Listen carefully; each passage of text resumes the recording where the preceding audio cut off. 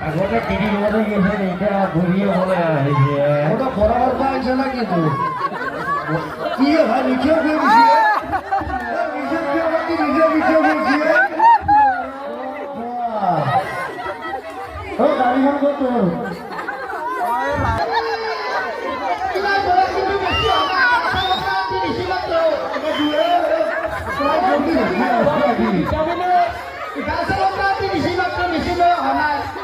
আৰু কি কৰা আৰু কি কৰা